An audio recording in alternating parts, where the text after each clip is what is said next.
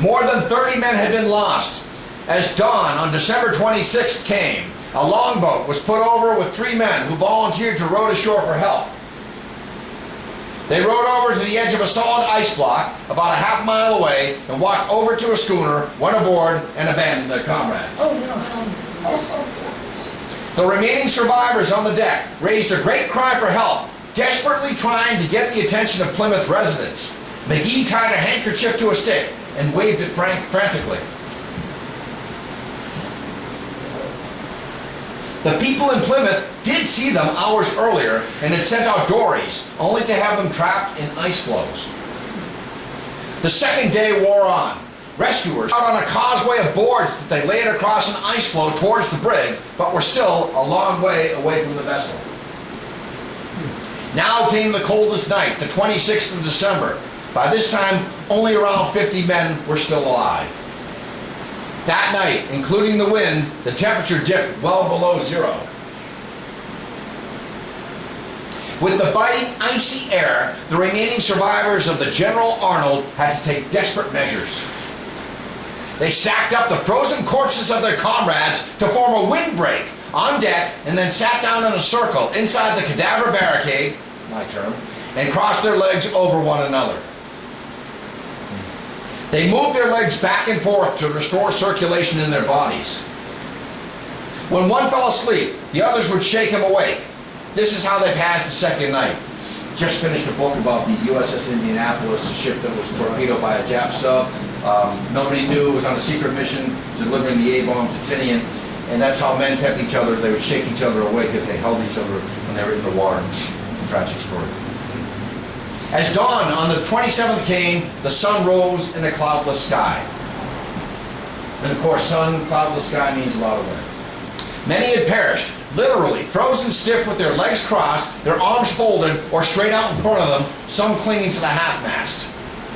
The Plymouth men continued building the ice causeway and were making great progress across the ice floe. At 10 a.m., they were within hailing distance of the ghost ship.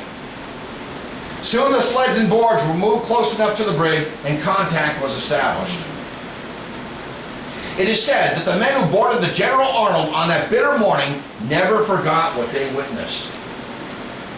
With all of the men huddled together, most frozen stiff, it was impossible to distinguish between the dead and the dying. As Barnabas Downs lay on the deck, he could not indicate to the rescuers, who walked right past him, that he was still alive. He heard the men refer to him as dead. As they lifted his body to be thrown into a corpse pile, he managed to roll his eyes, and one of the rescuers saw him do it. He was placed on a sled and taken ashore over the causeway.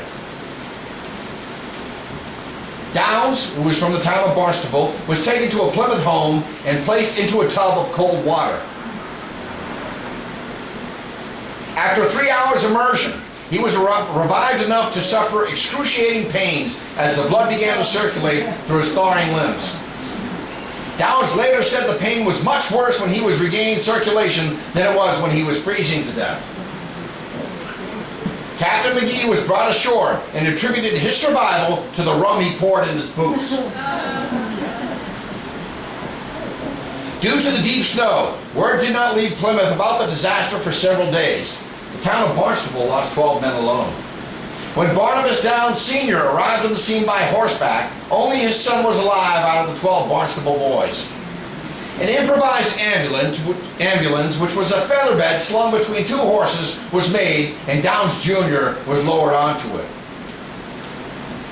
Young Barnabas Downs was taken to Barnstable that evening. Although he was given the best medical care, he never fully recovered and lost the use of his feet. He had to walk on his knees for the rest of his life. He became a prominent citizen in Barnstable. Of the 120 on board the General Arnold, 33 came ashore alive and 9 died shortly afterwards. 15 recovered completely and 9 were crippled for life. Those who drank the rum died first. Note to self. 70 of the 83 corpses were brought to Plymouth and 20 were placed in the town brook to thaw out to fit into coffins. 66 of the 74 who had frozen to death were buried in one mass grave. In fact, a mass funeral at Plymouth Courthouse was presided over by preacher Reverend Dobbins, and he promptly fainted during the service. Many of the crew actually came from Cape Cod. The last survivor, a Cornelius Marchant, died in 1838. Captain James McGee went on to become a prosperous merchant, eventually buying the Shirley Eustace House, the former Massachusetts governor's house in Roxbury. He never forgot that deadly Christmas night in Plymouth Harbor, though, and he would host a Christmas party every year, inviting the surviving crew members and the widows and children of those who had perished. He became wealthy, by the way, in the China trade business. That's a monument. In 1862, a monument was erected to honor these Revolutionary War heroes. And in 1970s, as the breakwater was being built in Plymouth Harbor, the supposed wreck of the General Arnold was found. The wrath of McGee's storm. Out at Nantucket, the sloop General Stark ran ashore with the loss of 20 hands. Many, many wrecks were reported along the southern New England shoreline, from Long Island and New Jersey. In Kittery, Maine, a prominent pastor, a Reverend Chase, was discovered frozen to death in a field. On Boston Neck, a driver with his team of 4 oxen and a horse were found after the winds abated, solidly congealed and standing upright. There was a very public salvage rights dispute between the famous Barry Clifford of Wida fame. And subsequent artifacts, pottery, shoes, cutlery, rum bottles, were recovered by Charles Sanderson and dated back to the late 18th century. Clifford and the Plymouth Historical Society insisted that it was an old coal barge that was found.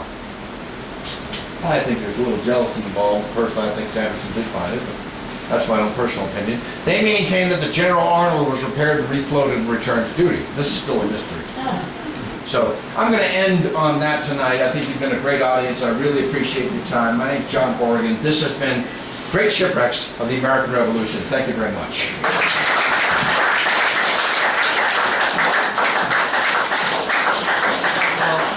Now, if there are any questions that I can evade, dodge, or answer indirectly, great. Thank you very much. Have a great summer, everybody, okay? Take care.